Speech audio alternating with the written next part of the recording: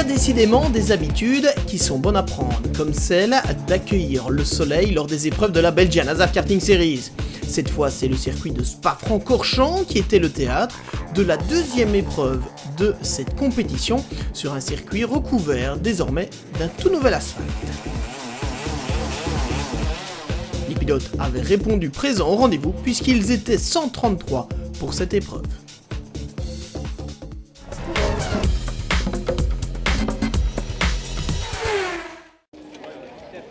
On commence le tour des différentes catégories par le Challenge X30 Senior où Maxime Potty, le champion junior de l'an dernier, a signé sa première pole position. Attention aussi au champion en titre, François Bécamel, 3e des essais. Lors du départ, Maxime Potty conserve l'avantage, après une belle passe d'armes ceci dit, face à François Bécamel.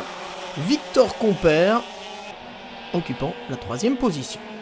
Très vite, ce trio va d'ailleurs s'échapper en tête de la course. Maxime Potty, François Bécamel et Victor Compère s'échangeant les positions, alors que derrière, Sébastien Deleu tentait tant bien que mal de limiter les dégâts. Après Maxime Potty, c'est Victor Compère qui s'emparait des rênes de la course, François Bécamel restant une fois encore en embuscade. Pas pour longtemps, le Français parvenant à doubler Maxime Potty pour s'emparer de la 2e place. Derrière, Romain Deleval, le leader du championnat après son double succès de Mariembourg, grimpait à la 4e position. Et on notait aussi la belle course de Julien Lefort, le revenant, le kart numéro 105. Pas de surprise en fin de course, Victor Compère s'imposant devant François Bécamel et Maxime Potty. Derrière Romain Deleval 4e, c'est Corentin Collignon qui complétait le top 5. Devant Julien Lefort, Thibaut Aublin et Sébastien Deleu. Première victoire en Belgian ASAF Karting Series pour Victor Compère devant François Bécamel et Maxime Potty. Victor Compère qui héritait dès lors de la pole position pour la 2e course disputée quelques heures plus tard.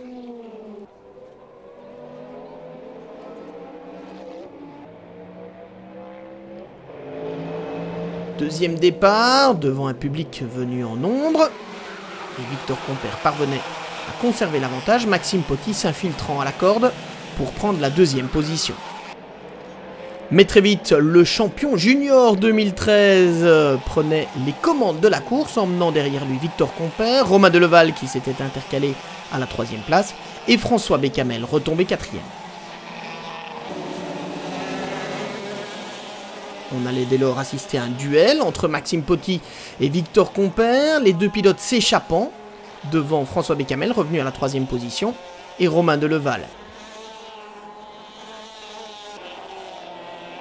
Derrière, le groupe de chasse était emmené par Vincenzo Schilacchi, Sébastien Deleu et Thomas Herbeck également bien placés.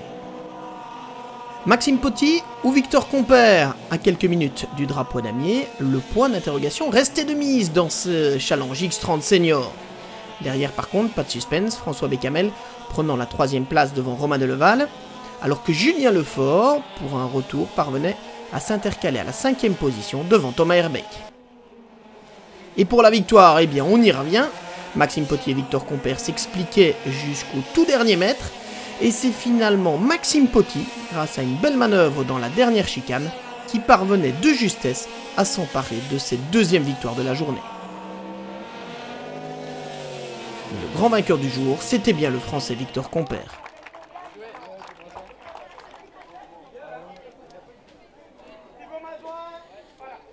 Oui, c'était un très bon week-end. Depuis les essais, nous étions très rapides. Après, au chrono, on fait un 2e temps et puis je gagne la course 1 pour faire 2 dans la course 2. Dommage, j'étais premier jusqu'au dernier virage, mais bon, voilà. Ça reste quand même un très beau week-end. Ça a été très disputé, là, la 2e course?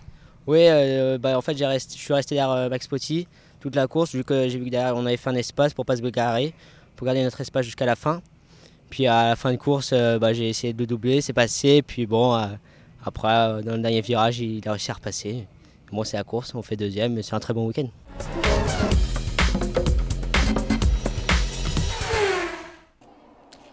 Après la classe X30 Senior, on met le doigt désormais sur la classe X30 Master, les pilotes qui ont plus de 25 ans ou qui pèsent plus de 80 kg sur la balance. Luc Lefebvre a signé la pole position devant Guy Collignon, Gilles Smith et Mélissa Tastenoy, la demoiselle du peloton, excellente 4e des essais qualificatifs.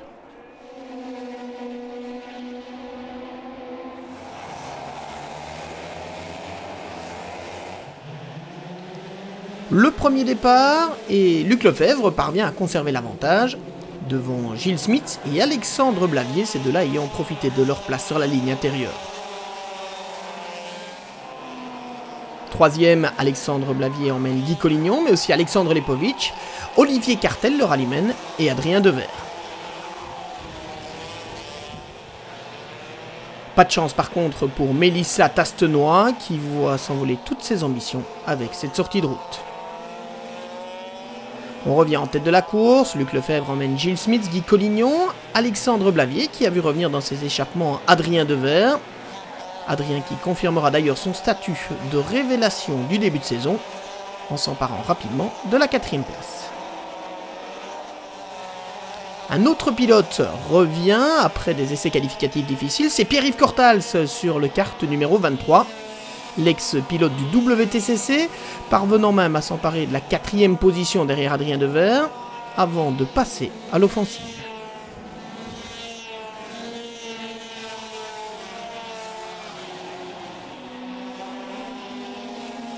Et si finalement Luc Lefebvre remportait cette première manche en solitaire, c'était animé jusqu'au bout pour la médaille d'argent, Pierre-Yves Cortals ayant le dernier mot face à Adrien Devers, Alexandre Blavier et Gilles Smith.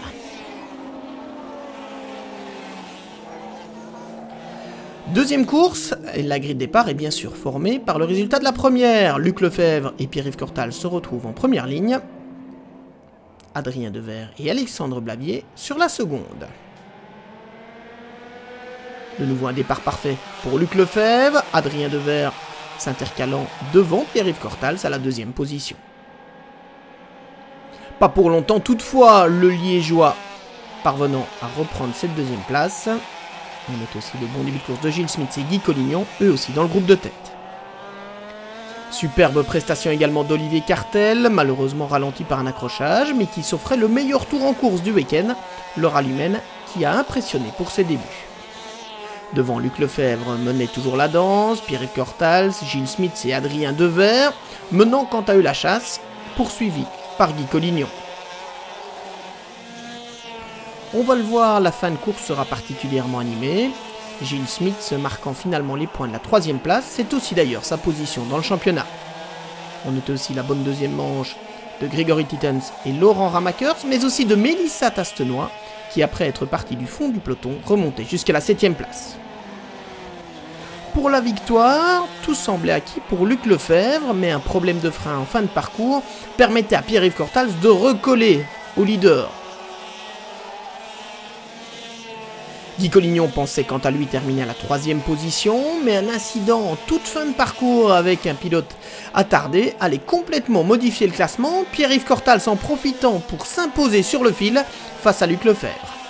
Je suis assez ravi parce que j'ai fait 2 à la première, je gagne la 2e, donc première victoire d'un Merlin en X30. Ça, je suis vraiment fier et je félicite Philippe de Kuiper et mon mécano, Fred, pour avoir vraiment bien travaillé sur ce châssis-là parce qu'il mérite le coup d'être connu. Et voilà, j'ai un petit peu perdu mes qualifs. Je veux dire, c'était pas très bon. On a eu un problème de plongeur de réservoir, donc je fais la 8e temps, donc c'était vraiment pas terrible. Et je suis remonté, mais pas assez que pour gagner le général, donc je fais 2, mais je félicite Luc Lefebvre parce qu'il a bien roulé.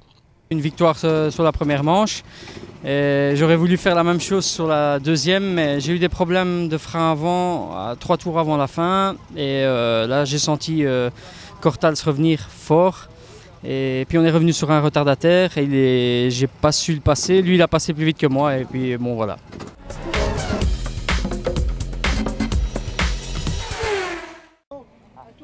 On se tourne maintenant vers ceux qui préfèrent le karting avec une boîte de vitesse, et en l'occurrence ce sont les pilotes du Challenge X30 Shifter. Leader du championnat, le très jeune Amaury Bonduel a signé la pole position devant les anciens champions Romain Paul et Thomas Sippers, 4e place des essais qualificatifs pour Corentin Grégoire. Un résultat qui détermine bien évidemment la grille d'un départ arrêté comme toujours.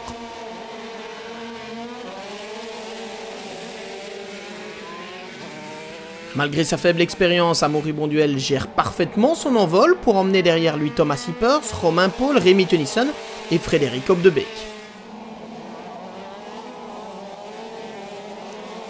Et si Amaury Bonduel semble s'échapper en tête, derrière, les anciens champions Thomas Sippers et Romain Paul croisaient le fer, alors que par contre Corentin Grégoire avait perdu pas mal de place en début de course.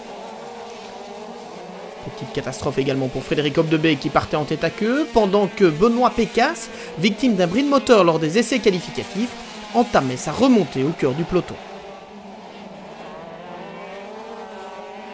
Romain Paul ayant pu se défaire de Thomas Sippers, il revenait assez rapidement sur Amaury Bonduel pour s'emparer du commandement et ne plus jamais le lâcher. Pour la troisième position, Thomas Sippers conservait finalement l'avantage sur Benoît Pécasse, mais ce fut chaud en fin de course.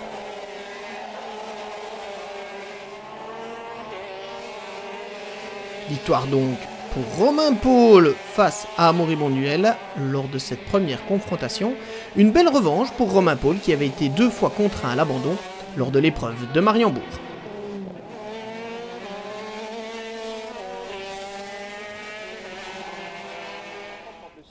On prend évidemment les mêmes et on recommence pour la deuxième course, mais cette fois c'est Romain Paul qui est en pole position devant Amaury Bonduel. Le jeune pilote de Beziti qui va d'ailleurs totalement louper son départ, à l'inverse de Romain Paul, emmenant Thomas Sippers, Benoît Pécasse, Geoffroy Danlois, Rémi Tennyson, Corentin Grégoire et seulement Amaury Bonduel durant le premier tour.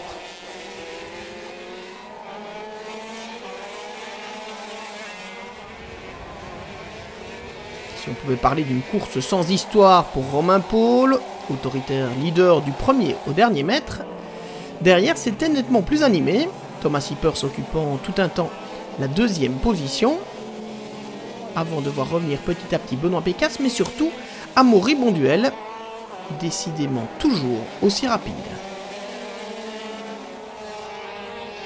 Et alors qu'Amaury faisait le plus dur en s'emparant finalement de la deuxième place devant Thomas Sippers, il commettait une erreur en voyant le drapeau à damier un tour trop tôt, en tout cas c'est ce qu'il pensait. Il rentre au stand et il laissait finalement la deuxième place du jour à Thomas Sippers qui devançait jusqu'au bout Benoît Pécasse. Mais ces deux-là terminaient loin, très loin de Romain Paul. Ouais, super journée, super première manche avec la remontée en première position et la confirmation en deuxième manche. Très bon pour le championnat aussi ? Ouais, ça permet de remonter au championnat avec les 2 résultats blancs de la première manche. Et j'essaierai de continuer à gagner les prochaines courses.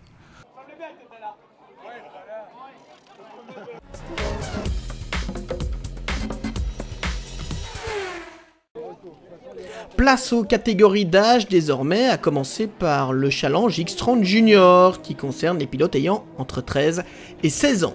Ulysse Depot, après sa belle performance du championnat d'Europe junior, a signé la pole position devant Kenny Rosens. Troisième temps pour Tristan Foldesi, qui a devancé Hugo de Wilde, Gilles Magnus et Anthony Lambert, soit autant de candidats au podium.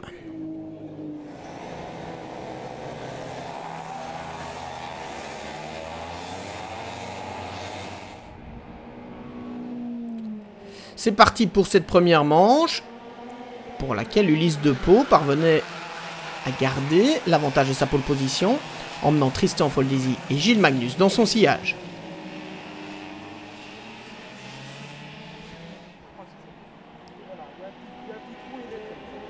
Ulysse Depot, Tristan Foldesi, Gilles Magnus et Maxime Drion, auteur d'un excellent vol, bouclaient aux 4 premières places. Le premier tour, Kenny Rosens et Anthony Lambert se plaçant en embuscade. Le classement allait ensuite beaucoup évoluer, avec Anthony Lambert qui doublait Gilles Magnus, mais surtout Tristan Foldesi qui venait mettre la pression sur Ulysse Depot, les 2 jeunes pilotes s'échappant en tête de la hiérarchie. Le duel allait d'ailleurs être superbe, Tristan Foldesi prenant pendant quelques tours la tête de la course, avant de se voir de nouveau doublé par Ulysse Depot. Derrière, c'était beau aussi pour la 3e position, avec Gilles Magnus, finalement devant Maxime Drion. Anthony Lambert, Kenny Rosens et Hugo de Wilde.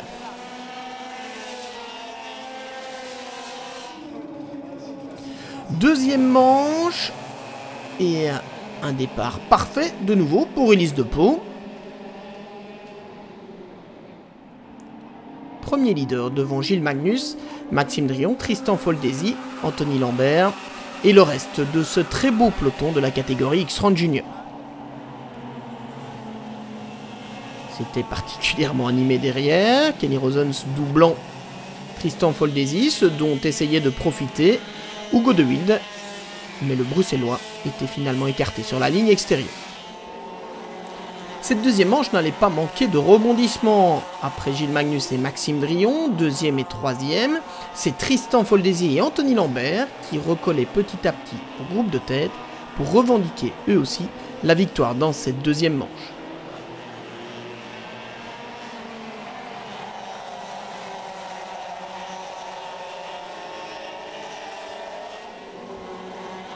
Les positions allaient d'ailleurs beaucoup évoluer. Tristan Foldesi parvenant dans un premier temps à doubler Maxime Drion pour prendre la troisième place, alors que Gilles Magnus, au même moment, s'emparait des rênes de la course.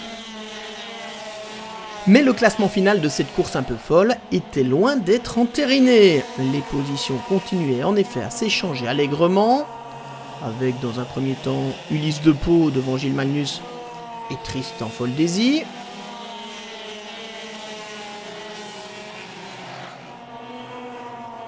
Puis Tristan Foldesi en tête, et une bagarre derrière opposant pour la quatrième position Maxime Drion, Kenny Rosens, Anthony Lambert et Hugo de Wilde. Finalement, c'est dans les tout derniers mètres que la victoire allait se jouer, Tristan Foldesi essayant tant bien que mal de résister à un Ulysse de Pau décidément impérial sur ce circuit de Spa-Francorchamps. Tristan qui s'emparait néanmoins de la deuxième place de Gilles Magnus en toute fin de parcours, pour terminer deuxième du jour derrière le nouveau leader du championnat, Ulysse de Pau. Le week-end s'est super bien passé. J'ai fait d'abord la pole ce matin. Et puis les deux victoires se sont enchaînées. La première un peu plus facile que la deuxième où j'ai dû me battre. Mais il y a eu de belles bagarres et je me suis bien amusé. Je remercie mon mécano et VDK Racing. Ça a été vraiment très chaud là, la deuxième course. Oui, parce que je me suis à un moment retrouvé quatrième et j'ai réussi à reprendre la tête de la course pour gagner les deux manches.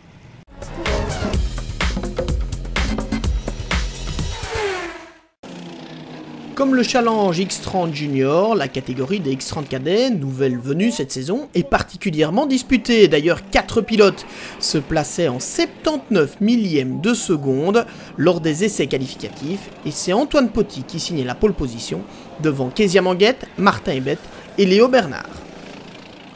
Juste dans leur sillage, O'Neill Muth et Eli Goldstein comptaient bien eux aussi défendre leur chance.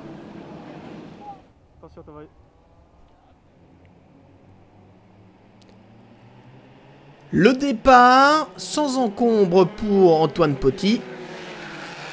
Après tout, quand on signe une pole position, il faut en profiter. Il emmenait donc derrière lui Kezia Manguette.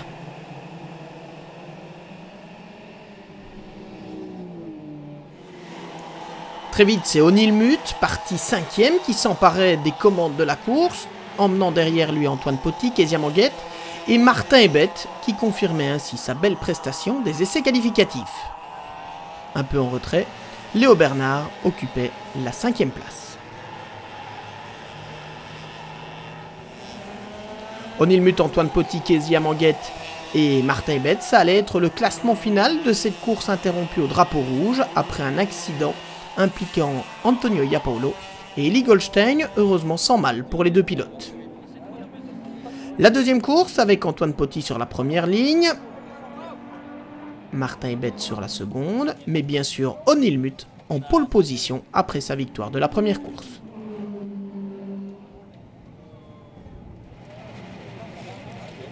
Blessé en première manche, Eli Goldstein pouvait prendre part à cette deuxième confrontation, tout comme Antonio Iapaulo.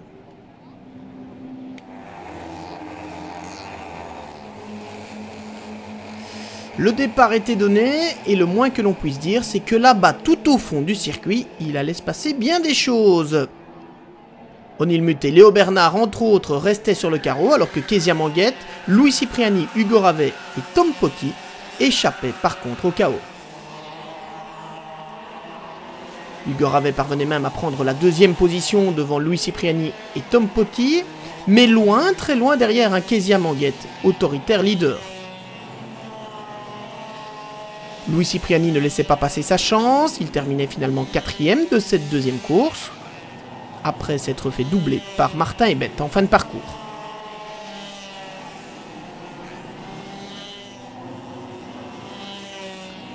Au cœur du peloton, Antoine Potty remontait après avoir été retardé lui aussi par l'incident du départ, et il emmenait dans sa roue Antonio Iapolo.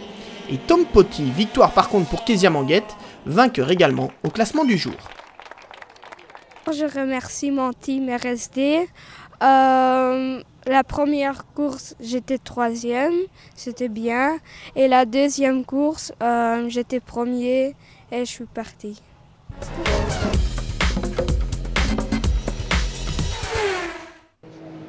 Ce sont les plus jeunes de la Belgian ASAF Karting Series. Ces pilotes de la catégorie mini ont entre 8 et 11 ans et ils sont là pour apprendre toutes les ficelles du métier. Evan Becerra a signé la pole position d'une séance qualificative particulièrement disputée, 5 pilotes se classant en 79 millièmes de seconde. Evan Becerra, Arthur Ronvo, Johan Sinti, Darek Eged et Valon Janssen. Malheureusement, dès le départ, Darek Eged perdait toute ambition, tout comme Kilian Rosens, Loris Randazzo, Noah Maton et Alessandro Tudisca. À la fin du premier tour, Johan Sinti emmenait Arthur Ronvo. Derrière, Evan Becerra et Valon Janssen étaient au coude à coude, Sacha Knappen occupant quant à lui la 5e position. Comme souvent en mini, les débats allaient être particulièrement animés avec de multiples changements de leader. On voyait un moment Arthur Ronvo pointer en tête, puis Evan Becerra. Mais Valon Janssen et Johan Sinti restaient en embuscade. Et si Sacha Knappen terminait isolé à la 5e position, devant, sa bataille est ferme. Evan Becerra, Arthur Ronvo, Valon Janssen et Johan Sinti continuant à se battre comme des chiffonniers pour la première victoire de ce trophée des Ardennes. Après une arrivée au sprint, c'est finalement Valon Janssen qui s'imposait de justesse devant Johan Sinti et Evan Becerra. La grille de départ de la deuxième course était bien sûr formée par le résultat de la première, avec donc Valon Janssen en pole position et Johan Sinti à ses côtés sur la première ligne.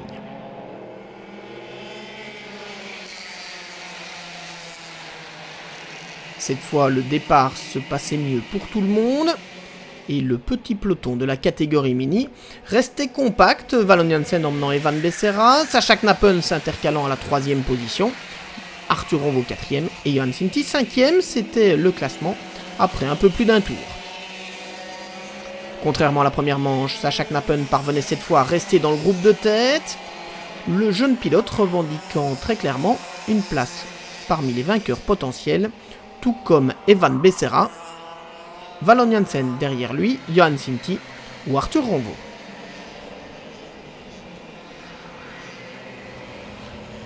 Une lutte à 5 donc pour la victoire dans cette deuxième course. Et une fois encore, du très grand spectacle pour les spectateurs venus en nombre. Dans le groupe de chasse, Loris Randazzo, Kilian Rosen, Noah Maton et Darek Eged continuaient d'apprendre les ficelles du métier. En tête de la course, Sacha Knappen ne pouvait pas résister à Valon Janssen et Johan Sinti qui s'infiltraient dans le premier virage. Décidément, les débats étaient animés. Les positions changeaient encore, avec Johan Sinti désormais leader devant Valon Janssen, Sacha Knappen et Evan Becerra. Arthur Ronvo devant quant à lui se contenter de la 5e position. Finalement, la bagarre pour la 2e position opposant Valon Janssen, Sacha Knappen et Evan Becerra permettait à Johan Sinti de s'échapper. Johan Sinti, le récent champion de Belgique, accrochant du même coup la victoire en Belgian ASAF Karting Series devant Evan Becerra, Sacha Knappen et Valon Janssen.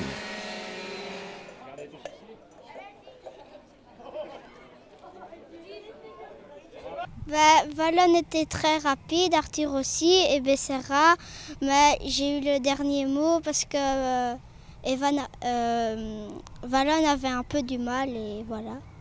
Ça a été des belles bagarres là en mini, vous êtes vraiment bien battus. Hein. Oui, oui c'était bien. Tu pensais que tu pouvais gagner? Oui, beaucoup.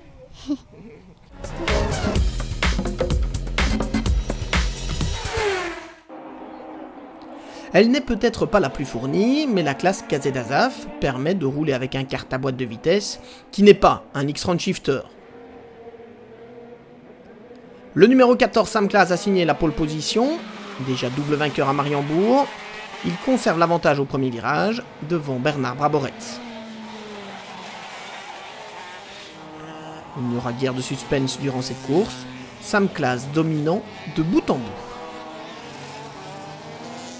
Derrière lui, Bernard Braborets terminé à la deuxième position, alors qu'Adriano Ledoux, le champion ERP 250 de l'an dernier, s'octroyait la troisième place.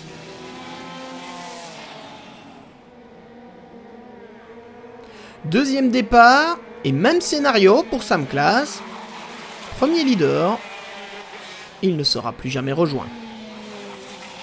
Derrière Patrick Bongart, Adriano Ledoux et Bernard Braborets se disputaient la deuxième position. Et comme en première manche, c'est Bernard Braborets qui avait le dernier mot. Il terminait bien sûr deuxième du classement du jour. La troisième position revenait cette fois à Patrick Bongart, devant Adriano Ledoux et Jean-Philippe Leroux.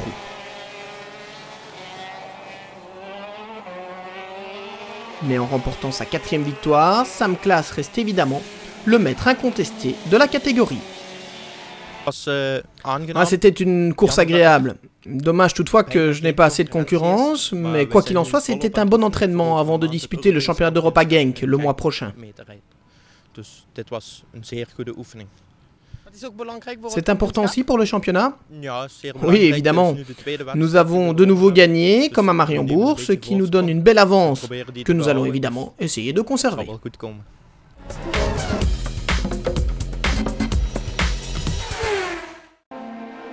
Avec ses gros moteurs rotatifs de 250 cm3, la classe ERP 250 est un peu une classe à part dans la Belgian ASAF Karting Series.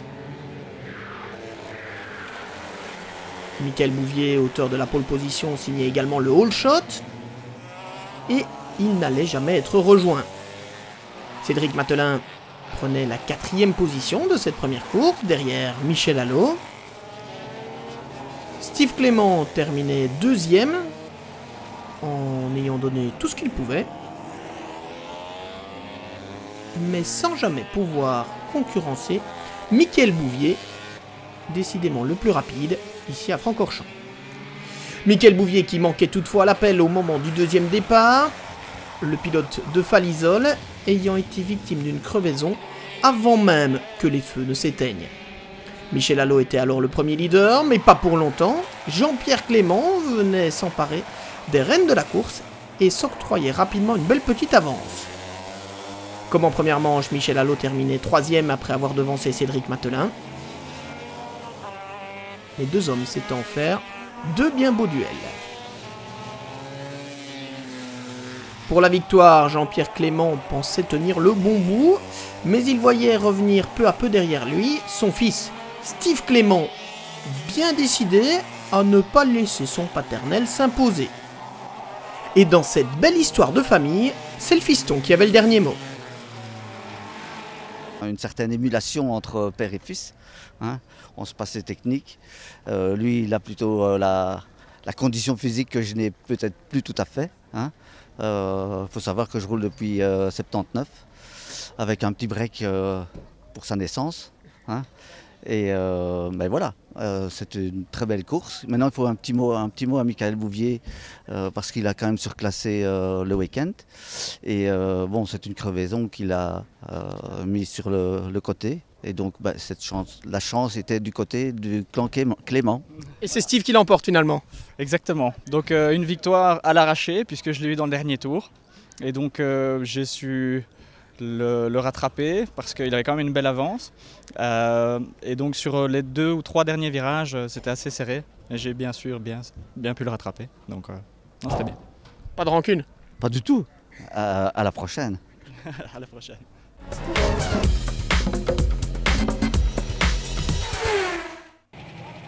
On termine ce trophée des Ardennes avec une classe promo-carte de plus en plus populaire. Pas moins de 19 pilotes étaient en effet inscrits sous le soleil de Spa-Francorchamps, le terrain préféré de Kevin Compère, auteur de la pole position, et qui prenait le meilleur départ.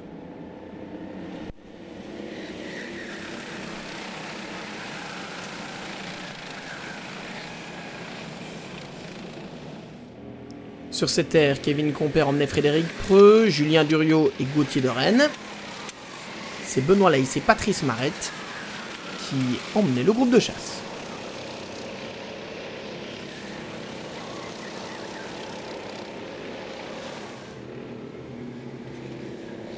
Malgré tous ses efforts, Frédéric Preux ne parvenait jamais à déloger Kevin Compère de la première place, mais il pouvait se consoler en s'imposant dans la catégorie des moins de 70 kg.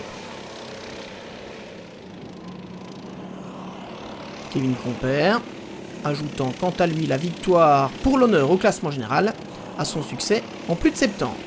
Belle course également de Julien Duriot, deuxième en plus de 70 kg, et de Gauthier de Rennes, deuxième dans la catégorie des poids plumes.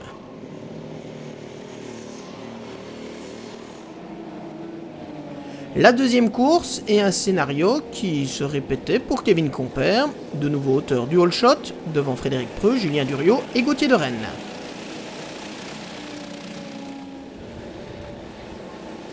Une fois encore, Kevin Compère allait mener de bout en bout cette deuxième manche. Frédéric Preux et Julien Duriot se disputant quant à eux la deuxième position.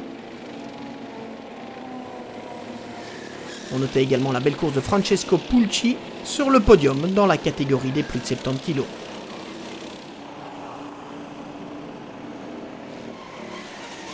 Francesco qui s'offrait même pour l'honneur l'avantage sur Gauthier de Rennes, deuxième chez les moins de 70. En tête, Kevin Compère et Frédéric Preux remportaient chacun leur catégorie. Plus de 70 kg pour Kevin, moins de 70 kg pour Frédéric.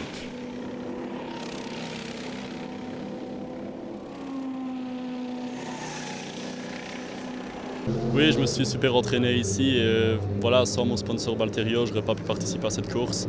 Et voilà, j'ai gagné il y a 10 ans ici et revenir et regagner les 2 manches, je le voulais et j'ai réussi et j'en suis super fier. Ça a été, on a eu l'impression, en tout cas de l'extérieur, pratiquement des courses faciles? Non, j'ai quand même dû forcer fort au début parce que je dois faire le trou. Et voilà, je voyais que j'avais quand même de l'avance et j'ai géré ma fin de course et voilà. Et malheureusement, ouais, je me suis fait un petit peu pousser par des plus lourds que moi en ligne droite et je revenais fort dans les virages, mais en ligne droite, je savais pas faire l'écart, donc voilà. Ceci dit, dans l'optique du championnat, ça fait 4 sur 4. Ouais, bien sûr, bien sûr. Encore 3 courses à venir, donc tout reste joué. Ça reste un objectif, le titre en fin de saison? Ah bien sûr, on est là pour ça, hein. On est là pour s'amuser aussi pour le titre. Ce trophée des Ardennes fut dans tous les cas une belle réussite, et le rendez-vous est donc déjà pris pour la prochaine épreuve de la Belgian ASAF Karting Series. Ce sera le 10 août sur la piste française d'Austricourt.